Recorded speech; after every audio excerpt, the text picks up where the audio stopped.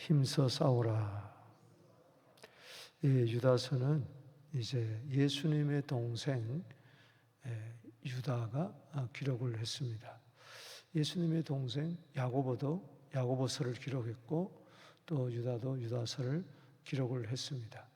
그 수신 대상자는 유다서 1장을 이렇게 보면 한 장으로 구성되어 있는데 구약의 이야기가 많이 나오는 것을 보면 또 더구나 모세 성천 이야기 또 에녹의 이야기까지 나오는 것을 보면은 구약의 배경을 가진 초대교회 그리스도인들에 대한 그 편지라는 것을 우리가 알 수가 있습니다. 이 짧은 편지를 그러나 굉장히 이게 한 절 한 절 이야기하다 보면 구약 전체를 이야기해야 되고 상당히 이제 깊은 편지입니다. 처음에 예수님이 공생의 때는 야고보도 그리고 유다도 예수님을 메시아로 인정하지 못했지만 예수님이 부활하시고 승천하시고 그 마가의 다락방에 120명이 모여 기도할 때에 이들도 함께 모여서 기도해서 참 이렇게 성경을 기록할 정도로 예수님의 훌륭한 종이 된 것을 알 수가 있습니다.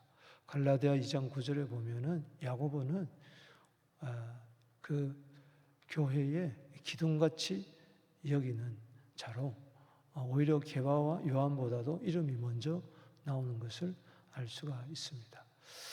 이 편지에 기록 목적이 있습니다.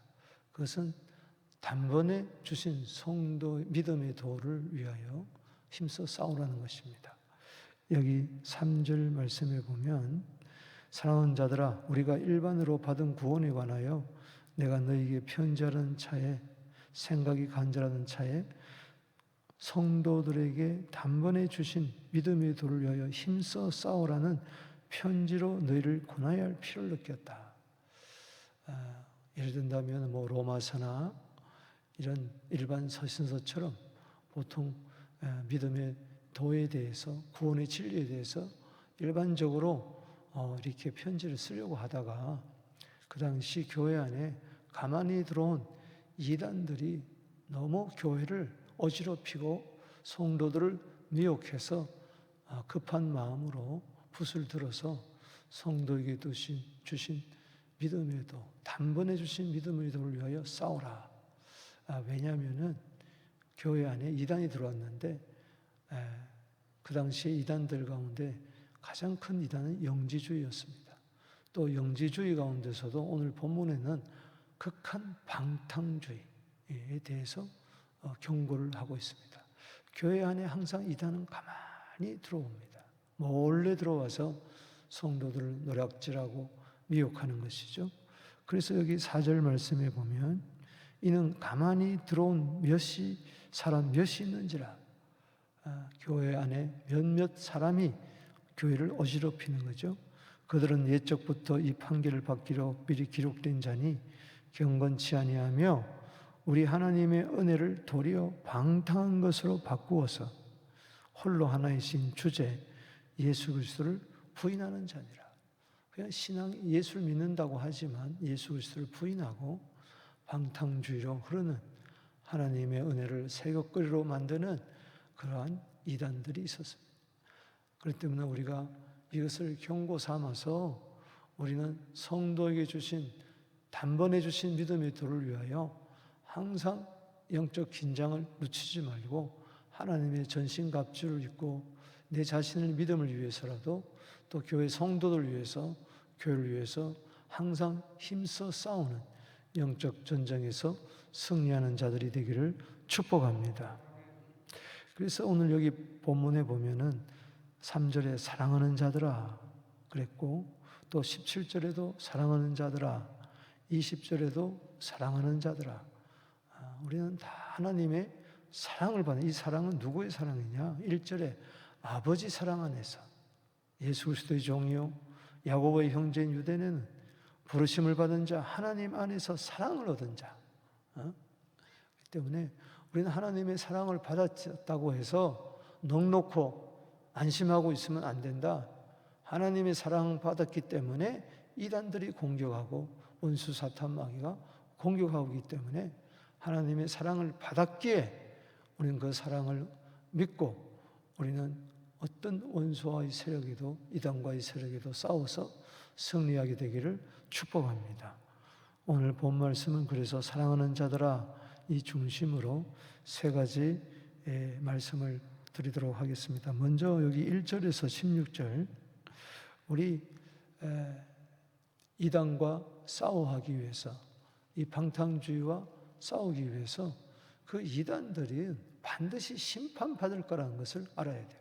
그들 두려워할 것도 없고 무서워할 것도 없고 그들을 또 더구나 미혹돼서 따라갈 이유가 없는 것은 이단의 끝은 반드시 멸망이고 심판이다. 그래서 오늘 여기도 보면은 4절에 옛적부터 판결, 그 판결은 바로 뭡니까? 지옥의 판결뿐만 아니라 그 멸망을 이야기하는 거예요. 10절에도 멸망, 11절에도 멸망, 계속해서 여기서 멸망을 이야기하고 있습니다. 따라합시다. 이단은 반드시 하나님의 심판을 받는다. 아멘이십니까? 우리는 히브리서 10장 31절 말씀, 사랑의 하나님뿐만 아니라 심판하신 하나님을 알아서 하나님의 무서운 손에 심판의 손에 빠져 들어가서는 안 됩니다. 단번에 주신 믿음의 도를 따라가야지 사람 따라가고 미혹을 따라가면은 안 된다는 겁니다. 그래서 여기 뭐라고 이야기했습니까? 여기 하나님의 심판받은 이단을 이제 과거의 예를 들어서 여기 5절에서 7절에 보면은 출애굽 후 광야에서 멸망당한 자들, 출애굽을 했지만은 1세대들은 광야에서 다 멸망당했어요. 또 여기 6절에 보면 자기 지위를 지키지 아니하고 처소를 떠난 자들, 천사들. 여기 6절 말씀 읽어보겠습니다. 시작. 또 자기 지위를 지키지 아니하고 자기 처소를 떠난 천사들을 큰 날의 심판까지 영원한 결박으로 흑암에 가두셨다. 광야에서 심판받은 자는 원망하는 자들이고, 그리고 여기 흑암에 지금 가두어서 심판받는 이 천사들은 자기 지위를 지키지 아니하고 자기 처소를 떠난 자들입니다. 오늘도 이단에 빠지게 되면 장로고 목사고 권사고 안수집사고 없습니다. 또 자기 맡은 바 직분이고 뭐고 없습니다. 헌신작처럼 버리고 여기가 진리다 하고 여기가 복음이다 하고 그렇게 가는 거예요. 그래서 여러분, 하나님이 주신 위치, 그 지위, 자기 처소, 이걸 지키는 것이 참 여러분들이 중요합니다. 왔다 갔다 이 교회 저 교회 막 돌아다니다가 결국은 어느 순간에 이단에 훅 들어갈 그런 위험 요소가 있다. 왜? 바로 믿는 것이 잘 믿는 것보다 더 중요한데 잘 믿으려고 하다가 또 빠지는 경우가 있다. 자기 욕심을 따라 행하는 것이죠. 여기 7절 말씀해 보십시오. 또 구약의 예 가운데 소돔과 고모라 이들도 불의 형벌을 받아 우리에게 거울이 되었다. 다른 육체를 따라가다. 그게 방탕주의죠. 그리고 이들은 지금 이 이단들은 어떤 특징이 있느냐? 여기 8절 말씀에 보면 꿈꾸는 이 사람들도 그랬어요. 심판받은 그들과 똑같은 자들이다. 육체를 더럽히고 권위를 업신여기고 영광을 비방한다. 특별히 여기 보면은 이 셋 중에 하나만 들어간다 할지라도 이거는 이단에 빠질 요소가 많다는 겁니다. 자기 육체를 더럽히지 않는다 할지라도 하나님이 주신 교회 말씀의 권위를 무시하고 늘 비방하고 판단하고 비판하고 이러면 안 된다는 이야기예요. 그래서 여기 천사장 미가엘의 예를 들었습니다. 모세의 시체를 서로 가지려고 합니다. 마귀는 그걸 가려가지고 시체를 가지고 이스라엘 백성들에게 주려고 하는 거예요. 그러면은 요즘도 가톨릭에 가보면은 그 성인의 시체를 무슨 큰 주님 섬기듯이 그렇게 섬기고 그 앞에 절을 하고 아니, 성인의 삶을 따르는 건 좋지만은 그 죽은 자 앞에 모시고 절을 하고 그건 안 되는 거죠. 우상화하면 안 되는 것이죠. 모세가 얼마나 위대한 지도자입니까? 그렇기 때문에 만약에 시체가 있었다면은 아마 지금까지 그 시체를 놓고 우상화했을 거예요. 그래서 하나님은 그 시체를 온데간데 없이 사라지게 해버리고 말았어요. 그래서 그걸 그때 천사장 미가엘과 마귀가 싸우는데 천사장 미가엘조차도 마귀를 비방하지 않았다. 야, 이걸 보면 여러분요, 절대 비방하지 말아야 됩니다. 아멘이십니까? 비방하다가 미혹의 영이 들어온다는 이야기. 여기 9절 말씀 한번 보세요. 천사장 미가엘이 모세의 시체에 관하여 마귀와 다투어 변론할 때 감히 비방하는 판결을 내리지 못하고 다만 말하되 주께서 너를 꾸짖기를 원하노라. 우리는 주님께 모든 것을 맡겨야지 비방해서는 안 된다. 비난해서는 안 된다. 이럴수록 더 주님, 시편 35편 1절 말씀처럼 나와 싸우는 자와 싸우시고 나와 다투는 자와 다투소서. 그런데 이단들의 특징이 뭡니까? 비방한다는 거예요. 그래서 현 기성교회를 비판하고 교회를 비판하고 저 교회는 복음이 없다. 저 교회는 뭐가 어떻다 저떻다 하면서 전통적인 복음 위에 선 교회들을 이런저런 구실 삼아가지고 비판하는 거예요. 그래서 비방하면 절대 안 됩니다. 여기 10절 말씀. 이 사람들은 무엇이든지 그 알지 못하는 것을 뭐요? 비방하는도다. 알지도 못하면서, 잘 알지도 못하면서 교회가 어떻고 목사가 어떻고 비방한다는 거예요. 우리는 안다 할지라도 미가엘처럼 비방해서는 안 된다. 오히려 우리는 긍휼히 여겨야 된다. 여기 22절, 23절에 오히려 그런 자들을 긍휼히 여기는 자가 되어야지 비방하는 자가 되어서는 안 된다. 그들은 이성 없는 짐승같이 본능으로 아는 것으로 멸망한다. 지혜로 아는 것이 아니라 말씀을 아는 것이 아니라 감각적으로 들어서 느낌으로 아는 것을 가지고 막 비방하는 짐승 같은 사람들이다. 시편 49편 20절에 멸망하는 짐승이죠. 본능적으로 신앙생활을 하니까. 이들은 세 가지 길을 걸어간다 그랬습니다. 11절에 가인의 길, 시기하고 결국은 미워하고 죽이고, 발람의 길, 돈 몇 푼에 팔려가고, 고라의 폐역, 원망하고 대적하고 비방하고, 그러다가 심판받지 않았습니까? 이들을 6가지 비유로 이야기하는 거예요. 그래서 여기 12절 이하에 보면은 애찬의 암초 같은 자다.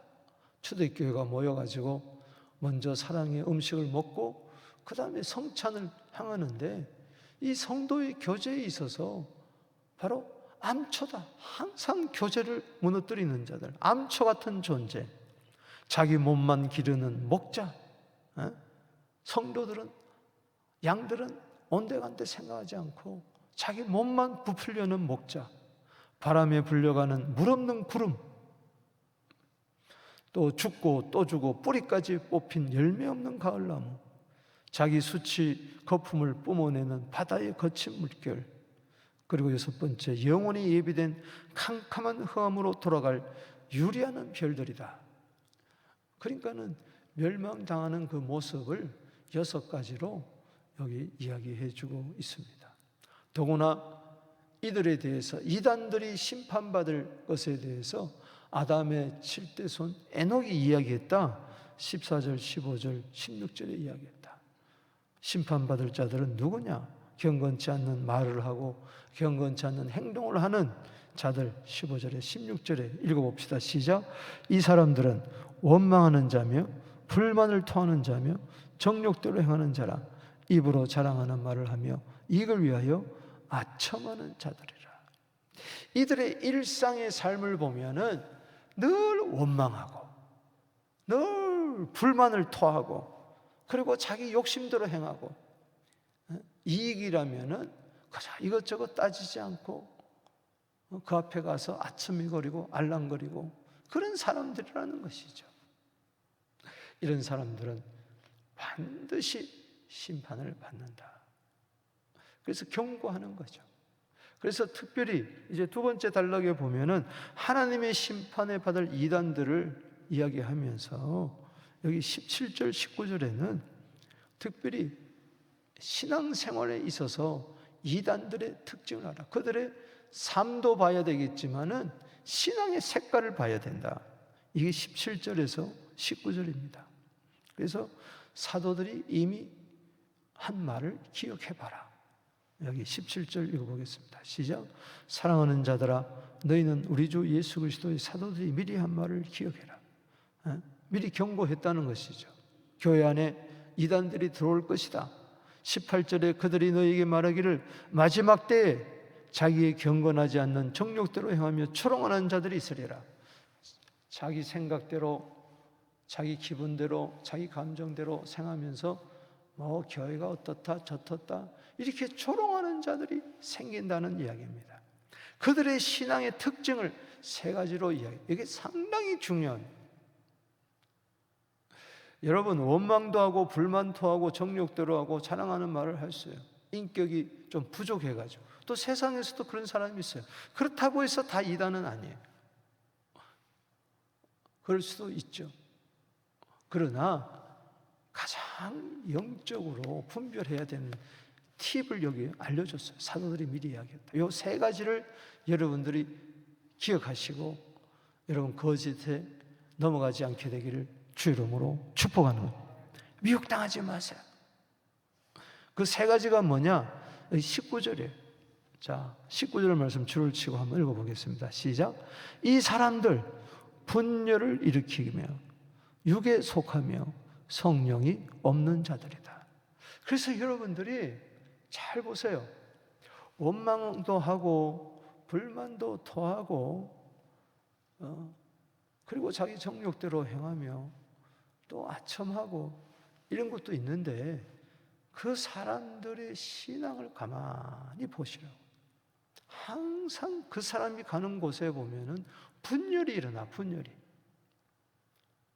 사랑방에 가면 사랑방이 분열이 되고, 성교회 가면 성교회가 분열이 되고, 찬양대 가면 찬양대가 분열이 되고, 피스메이커가 아니라 트러블 메이커가 돼가지고 또 다른 교회 가면 또 다른 교회를 분열을 일으키고, 이거는 상당히 위험한 겁니다. 이단은 아니라 할지라도 이단성이 있는 거예요. 왜 분열을 하느냐? 그 사람은 육에 속했기 때문에 그렇습니다. 따라합시다. 육에 속했다. 우리는 육신에 속할 수는 있어요. 물론 영에 속해야 되겠지만 교회 안에 세 가지 사람이 있습니다.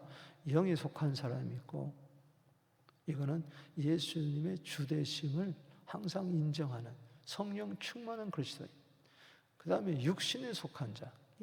이 자는 겉업은 낮지만은 항상 자기가 주인 노릇하는 자예요.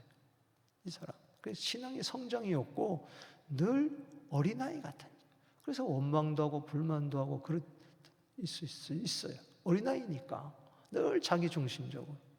그런데 또 하나 사람이 있어요. 이건 뭐냐? 육에 속한 사람이다. 이 사람은 아예 거듭나지를 못한 내추럴맨이에요. 스피리추얼맨이 있고 카널맨이 있고, 그 다음에 오늘 여기서 육에 속한 사람은 내추럴맨. 그냥 이성 없는 진슴처럼 태어나가지고 그렇게 살다가 비록 교회 다닌다 할지라도 늘 다툼을 일으키고 불만하고 원망하고. 왜 그러냐? 육에 속했기 때문에 그렇다. 참 안타까운 이야기입니다. 고린도서 2장 14절에 육에 속한 자의 특징이 뭐냐? 성령의 일을 받지 아니한다. 성령을 싫어하고 은사를 싫어하고 성령 충만 싫어하고 성령으로 기도하고 이런 걸 다 싫어하는 거예요. 하여튼 성령 그러면 고개를 절레절레 흔듭니다. 그래서 여기 보면은 특징이 바로 뭐냐? 분열을 일으키고 육에 속한 자고 또 뭐라 그랬어요? 성령을 없는 자들이다. 따라합시다. 성령이 없는 자들.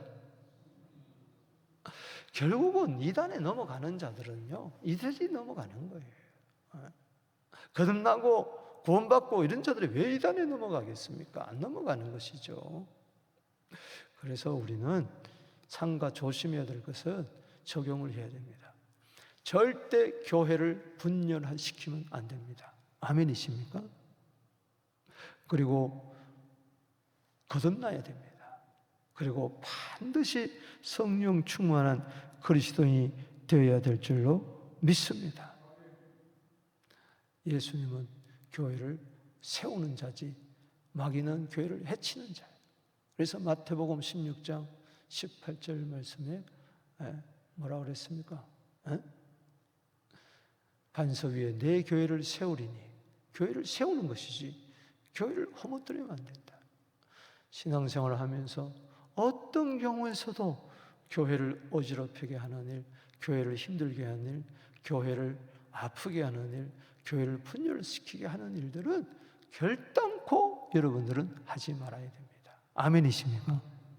그리고 자기 주의를 지키고 맡은 바 직분에 충성을 다하고, 그리고 육에 속한 자가 아니랄지라도 육신에 속하여 살지 말고 성령 충만해서 원망하거나 불만을 토하거나 그렇게 하지 말고 우리는 항상 성령 충만하여, 성령의 역사가 뭡니까? 에베소 4장 3절에 성령 안에서 하나 되게 하는 것이죠. 골로새서 1장 24절에 사도 바울은 그리스도의 남은 고난을 그리스도의 몸된 교회를 위하여 채운다 그랬어요. 교회에 고난이 있을 때, 어려움이 있을 때 더 기도하고 더 하나 되는 것이, 이게 성령 충만한 자고 화합하는 자고 화목하는 자, 자기 직분에 충성하는 자다. 그 다음에 여기 20절에서 25절은 그렇다면은 우리가 믿음에 단번에 주신 믿음의 도를 위하여 힘써 싸워야 되는데 어떻게 싸울 것인가? 그건 딴 거 없습니다. 각자 개개인이 묵묵히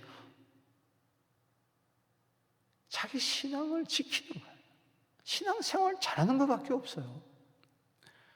왜 이단들은 뭐냐? 신앙생활을 막 못하게 하고 어지럽히고 믿음을 막 파괴하는 거기 때문에 그냥 꿋꿋하게 십자가의 길을, 좁은 길을, 사명자의 길을 걸어가는 것입니다. 할렐루야.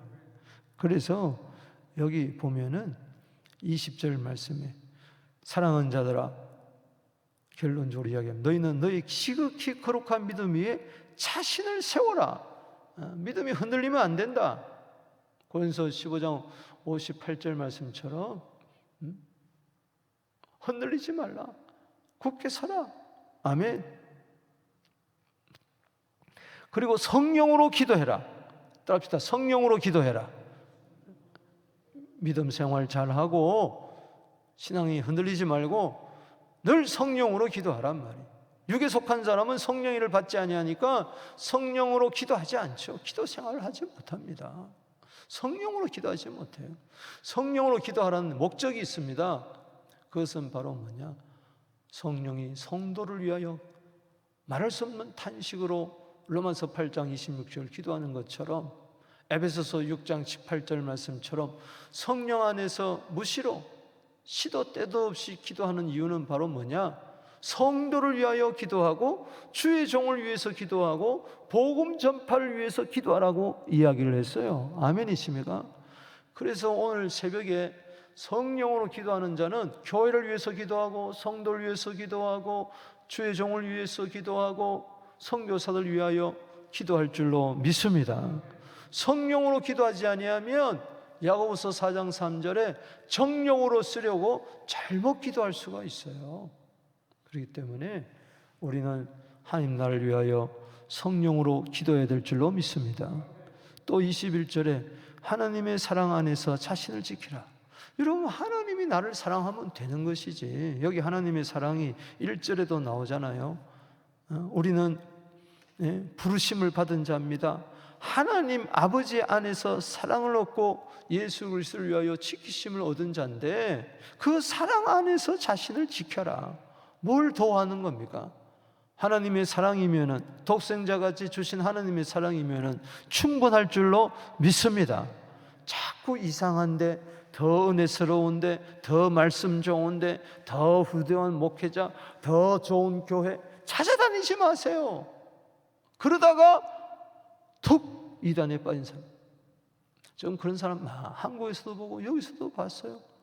그 말로가 비참해지는 것을 봤습니다.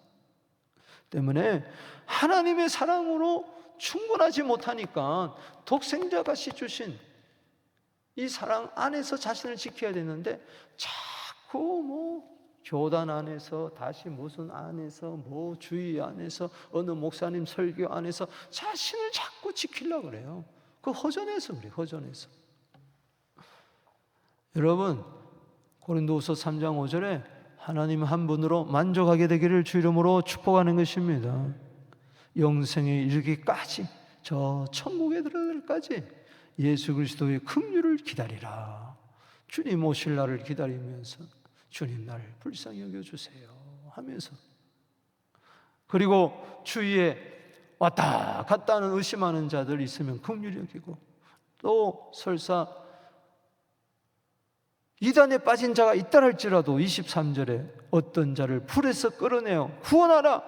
어떤 자를 육체로 더럽힌 옷가지로도 미워하되 두려움으로 긍휼을 여겨라. 그러니까는 더럽힌 옷을 미워해야지 그 옷을 입은 자를 미워하면 안 된다. 간디가 유명한 말을 했죠. 죄는 미워하되 죄인은 미워하지 마라. 그 더러운 옷을 입고 있는 그 옷을, 너 왜 이단의 옷을 입고 있느냐? 너 왜 정욕의 옷을 입고 있느냐? 왜 엉뚱한 원망과 불평과 수근수근하고 비방하고 왜 이단교리 이상한 그 주의에 빠져가지고 그러냐? 이것은 우리가 더럽힌, 너 영혼을 더럽히는 그 옷을 벗어 던져라 그래야지. 그 사람은, 그 옷을 입고 있는 그 사람은 뭐요? 불쌍히 여겨야 될 줄로 믿습니다. 아멘이십니까? 중요한 팁이. 말씀을 맺습니다. 마지막으로 이 축복하는 게 있어요. 24절 25절에 자, 이단 이야기하고 막 심판 이야기하니까 조금 이거 이단들, 이거 나도 이단에 빠질지 않을까? 오히려 두려움 있는 자들이 있을 수 있기 때문에 약한 자들을 위해서 축복하는 내용이 바로 뭐냐? 아무리 이단이 날뛰고 교회를 어지럽히고 한다 할지라도 하나님은 피로 값주고 사신 교회를 지키시고 보호하신다는 것을 믿으라는 겁니다. 할렐루야. 사도행전 20장 28절에 하나님의 피값으로 교회를 사셨으니 하나님이 교회를 책임지시고 이끌어 가실 줄로 믿습니다. 그래서 보호해 주신다는 거예요. 하나님의 보호가 있음을 믿으시기 바랍니다. 사랑하는 자를 반드시 보호해 주실 줄로 믿습니다. 24절에 능히 너희를 보호하사 거침이 없게 하시고 너희로 그 영광 앞에 흠없이 기쁨으로 서게 하실 이 25절 읽어봅시다. 시작. 곧 우리 구주 홀로 하나이신 하나님께 우리 구주 예수 그리스도로 말미암아 영광과 위엄과 권력과 권세가 영원 전부터 이제와 영원토록 있을지어다. 하나님 우리 교회를 보호해 주십니다. 흠도 없이 점도 없이 그분 앞에, 하나님 앞에 서게 하실 줄로, 기쁨으로 서게 하실 줄로 믿습니다. 그분을 위해서 남은 생에 우리 몸된 교회하여 하나님께 세세무응토록 영광을 돌리게 되기를 주 이름으로 축복하는 것입니다. 두 손 들고 기도하며 나갑니다.